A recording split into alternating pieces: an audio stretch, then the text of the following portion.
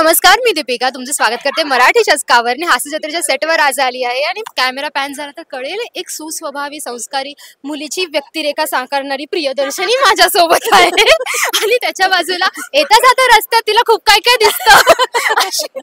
ईशा पण माझ्यासोबत आहे. कसे आहात? एकदम भारी इंट्रोडक्शन. पण खरंच तुम्ही सगळ्यांनी मजा केली आहे, अनेक सीझन्स गाजवले आहेत आणि आता पुन्हा एकदा नवीन सीझन येतोय. महाराष्ट्राची हास्य जत्रा नवीन घेऊन येत आहे तुम्ही आणि आता पुन्हा स्किट सुरू होतील, पुन्हा जोश उत्साह आणि दौरे तर कडक झालेच असतील नेमके तुमचे. काय आता काय नवीन काय घेऊन येत आहे? आम्ही ऑनेस्टली काम करणार आणि सरांनी नवीन काय आणलंय ह्याच्यासाठी आम्ही खूप एक्सायटेड आहोत. सरांच्या डोक्यात काय आहे, आम्हाला काय नवीन कॅरेक्टर्स करायला मिळत आहेत. कारण ही एकच जागा आहे जिथे ऍक्टरला सतत नवीन नवीन कॅरेक्टर्स करायला मिळतात. त्यामुळे आम्हाला मनापासून ती गोष्ट आवडते की आम्हाला नवीन कॅरेक्टर्सवर काम करायला मजा येते. तर त्याच्यामुळे आम्ही त्याच्यासाठी खूप एक्सायटेड आहोत. पण खरंच तुमच्या दोघांच्या कॅरेक्टर्स आहेत त्याचे अनेक मिमिक्स होतात, मीम्स होतात, रील्स होतात, होतच असतात. पण आता तुमच्या दोघांची ही जी आता मी सांगितली की असं असं आहे दोघींचं, आता हे असं व्हायचा वर्षा केलं तर मग ते कसं होईल, काय होईल, मजा होईल का? म्हणजे तू ईशाची भूमिका ती वाली केलीस तर, आणि प्रियदर्शनीची अशी साजूक सुपातली मुलगी, सुस्वभावी संस्कारी आहे.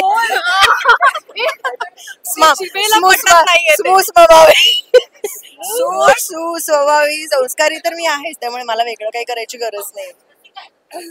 आणि माझ्या येता जाता बऱ्याच गोष्टी नजरेस पडतच असतात. खरं तर जे मी करते नजरेस पडतं म्हणून ते सगळं हीच मला शिकवते. म्हणजे रिअल गुरु इकडे. नाही नाही, सगळे मदत करतात. सगळ्यांना खूप इन्फॉर्मेशन असते, सामूहिक मदत होते मला. पण आता तुझे म्हणालीस की नवीन काय आहे, तर ऍट दिस पॉइंट लोकांना हास्य जत्रेचे स्किट्स एवढे माहीत झालेत किंवा सिरीजेस एवढ्या माहीत झाल्यात की आता ते मल्टीवर्स तयार झाले हास्य जत्रेचे. त्यामुळे आता आमच्याकडे हा ऑप्शन आहे की ही सिरीज आणि ही सिरीज एकत्र करून काहीतरी केलं, किंवा हे कॅरेक्टर्स या सिरीज मध्ये घातले, किंवा या सिरीज मध्ये वेगळाच ट्विस्ट दिला. ह्या गोष्टी आता लोकांना कळतील कारण त्यांना सिरीजेस आणि बेसिक प्लॉट्स माहिती आहेत, त्यांना शंकरा शितलीची लव्ह स्टोरी माहिती आहे. सो तिकडे जर ही बाई आली तिकडे त्यांच्या गावी आणि तिच्या येता जाता नजरेस काय पडलं तर व्हॉट कॉम्बिनेशन वुड दॅट बी. तर आता आय थिंक असे कॉम्बिनेशन जास्त बघायला मिळतील या सीझन मध्ये. सो हे सरप्राईज असावं या सीझन मध्ये. त्याच्यासाठी आम्ही पण उत्सुक आहोत की वेगळं अजून काय बघायला मिळेल आणि काय आमच्या ताटात काय वाढून ठेवलंय. प्रेक्षक सुद्धा तितकेच उत्सुक आहेत आणि तितकंच प्रेम करणार आहेत. वेळही बदलली आहे, थोडीशी अर्धा तास पुढे गेली आहे वेळ, त्याच्यामुळे थोडं प्रेक्षकांना वाट बघावी लागणार आहे. अर्धा तास फक्त, त्या पण बघतील नक्कीच वाट प्रेक्षक ती. पुढे अर्धा तास वाढलेलाच आहे, त्यामुळे डोंट वरी. थोडं लेट जेवा, जेवल्यानंतर बसा, आहे बेटर. आणि येता जाता ते रस्त्यात पडेल ते बघा. जेवून मग तयार राहा नवीन गोष्टी शिकायला. पण खरंच तुमचे दौरे जे होतात ते पण तितकेच भारी असतात आणि आताच अमित सरांनी सांगितलं की इतके छान छान दौरे झाले आहेत, प्रेक्षक सुद्धा तितकेच वाट बघत असतात. परदेशात सुद्धा असे अनेक येणारे अनुभव असतील, तर यावेळेला असा काही वेगळा अनुभव आला होता का, किंवा असंच आपलं एअरपोर्टवर गेलाय त्यावेळेला काही असे वेगळे एक्सपिरियन्स आले का त्यावेळेला तिथे? माझा पहिला परदेश दौरा होता, मी US टूरला होते यावेळेला, आणि मला खूप ओव्हरवेल्मिंग होतं की मी इतक्या लेट हास्य जत्रेत येऊन पण माझ्या कॅरेक्टर्सवर इतकं प्रेम करतात लोक, आणि त्या आम्ही कुत्रा नसावा ऐसा करायचो, आणि माझे डायलॉग्स मी बोलण्याआधी ते सगळं तुला कसं माहिती असं समीर दादाने विचारल्यानंतर आधी अख्खा ऑडियन्स म्हणायचा येता जाता नजरेस पडतं, आणि मग मी बोलायचे. मला इतकं भारी वाटायचं. तर ते खूप खूप भारी ओव्हरवेल्मिंग होतं. प्रिया, तू काय सांगशील, काय असं झालेलं का टूर्स वरती? आता आमचा US दौरा होता तेव्हा आम्ही एका ठिकाणी शो केलेला जिथे थोडं वेळेचं बंधन होतं. सो त्यांना म्हणजे त्या एका पर्टिक्युलर टाइम लिमिटला तुम्हाला थिएटर कंपल्सरी रिकामं असावं लागतं, अदरवाईज तुम्हाला दंड पडतो वगैरे. तर त्यासाठी काही पोलीस येऊन थांबलेले बिफोर टाइम. सो त्यांनी आमचा शो पाहिला थोडासा जो काही, आणि ते म्हणाले, ज्यांना मराठी भाषा कळत नव्हती तेही हसत होते विंगीत, आणि ते म्हणाले की कुठलाच शोला आम्ही हा असा ऑडियन्स रिस्पॉन्स आतापर्यंत नाही पाहिला, ही त्या थिएटरचे लोक आम्हाला सांगत होती, विच वॉज ओव्हरवेल्मिंग. एकतर मराठी माणूस दाद देण्याबद्दल किती भारी आहे, आणि हास्यजत्रा ही किती लोकांना आवडते या दोन्ही गोष्टींचं ते माप होतं आणि तो एक खूप अभिमानाचा क्षण होता जो US मध्ये घडला आमच्या बरोबर. तो कायम लक्षात.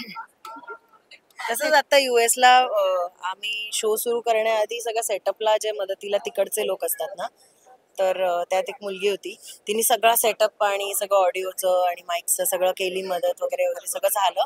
आणि शो सुरू होणार तेव्हा ती तिची कोपऱ्यात विंगेत बसली, तिने पुस्तक उघडलं, एक छोटूसा टॉर्च लावला आणि ती वाचत बसली होती, कारण काय भाषा कळत नाही, काही नाही ऑफकोर्स.